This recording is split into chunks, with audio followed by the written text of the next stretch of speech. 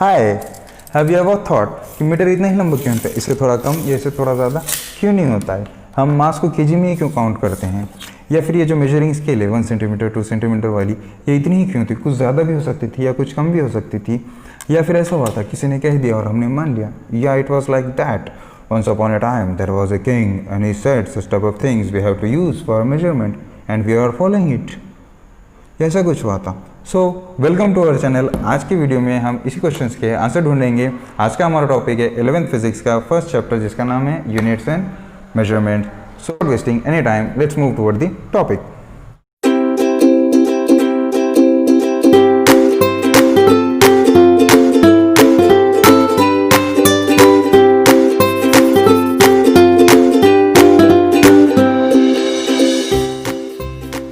Hi and welcome. आज का हमारा टॉपिक है units and measurement. Before going in detail of the chapter we will just discuss the title of the chapter. First, unit. What is unit? Unit means a fixed amount और a number used as a standard measurement. एक fixed amount होगा या एक number होगा जो as a standard use किया जाएगा measurement में। लाइक दिस, जब हम ये मास का स्टैंडर्ड यूनिट है जैसे कि 500 ग्राम 1 kg, ये फिक्स्ड अमाउंट है, ना ये बदलेगा ना ये बदलने वाला है। सो ये एज ए यूनिट यूज किया जाता है मास के अंदर जब भी वेट या फिर किसी चीज़ को काउंट करना है केजी के अंदर या मास के अंदर।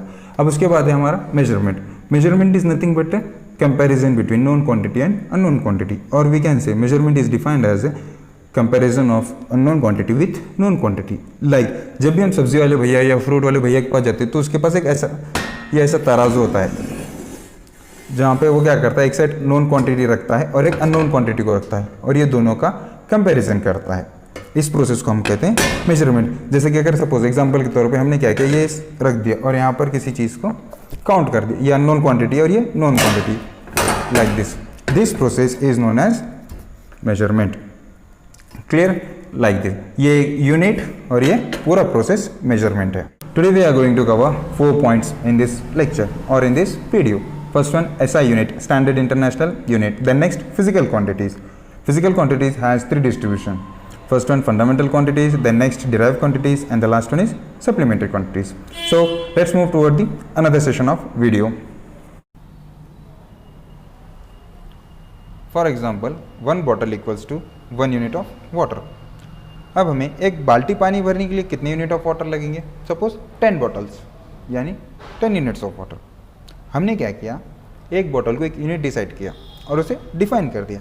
ये ठीक वैसे ही हुआ जैसे किसी ज़माने में एक राजा के फुट की लेंथ को फुट डिसाइड किया था और उसे डिफाइन कर दिया था। दुनिया के सारे यूनिट्स इसी तरह से बने हैं, रैंडमली, कुछ को छोड़कर। अब सपोज कहीं किसी और जगह पे या किसी और देश में एक जग को 1 यूनिट ऑफ वाटर कहा जाता, तो वही बाल्टी पानी भरने के लिए कितने यूनिट ऑफ वाटर लगते हैं? 15 units of water. Now the question arises, इन दोनों में से कौन सी वाली इक्वेशन सही है, 10 यूनिट्स ऑफ वाटर वाली या 15 यूनिट्स ऑफ वाटर वाली? ये दोनों इक्वेशंस या ये दोनों यूनिट्स दुनिया के 2 अलग अलग देशों में डिसाइड हुए थे। So there is no chance to be an equal.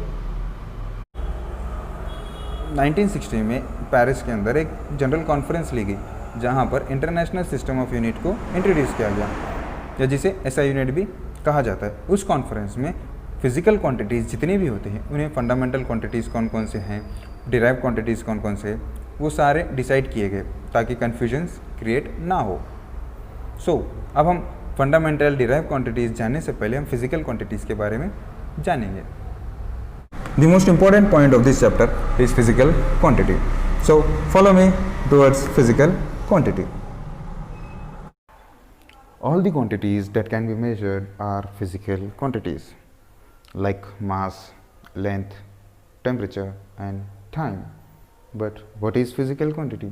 Physical quantity must have these 2 properties.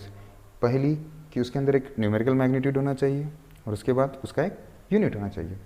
अगर सपोज हमारे स्टूडेंट की हाइट 165 सेंटीमीटर है तो यहाँ पर 2 भी आ गए, न्यूमेरिकल मैग्नीट्यूड जो कि 165 है और हमारा यूनिट यानी सेंटीमीटर। इन केस अगर हम सिर्फ 165 ही कहेंगे तो ये फिजिकल क्वांटिटी नहीं कहलाएगी या नहीं हो सकती। क्यों? क्योंकि इसके अंदर यूनिट एब्सेंट है।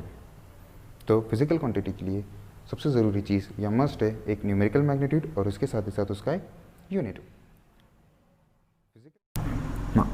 Physical quantities has three distribution. First one fundamental quantities, then derived quantities, and the last one is supplementary quantities. What is fundamental quantities? Fundamental quantities are the physical quantities which does not depend on any other physical quantities. ये वो physical quantities होती है जो किसी और quantities के ऊपर depend नहीं करती और इन्हीं की यूनिट को कहते हैं, इन्हीं की यूनिट को कहा जाता है fundamental units. ये टोटल 7 है. ये 7 फंडामेंटल यूनिट्स या 7 फंडामेंटल क्वांटिटीज़ को लेके हम दुनिया की सारी फिजिक्स समझ सकते हैं. ये 7 कौन कौन से है? First one length, mass, time, temperature, current electricity, amount of substance and luminous intensity. इसके सिंबल भी है और इसके ये यूनिट्स भी है. अब हमारे पॉइंट आता है डिराइव क्वांटिटीज़ के बारे में. What are the derive units? Derive units are the quantity which depends on any other physical quantities. ये वो फिजिकल क्वांटिटीज़ होती हैं जो किसी और फिजिकल क्वांटिटीज़ के ऊपर डिपेंड करती हैं और इन्हीं के यूनिट को कहा जाता है डिराइव यूनिट्स. ये ऐसे देखा जाए तो अनगिनत है.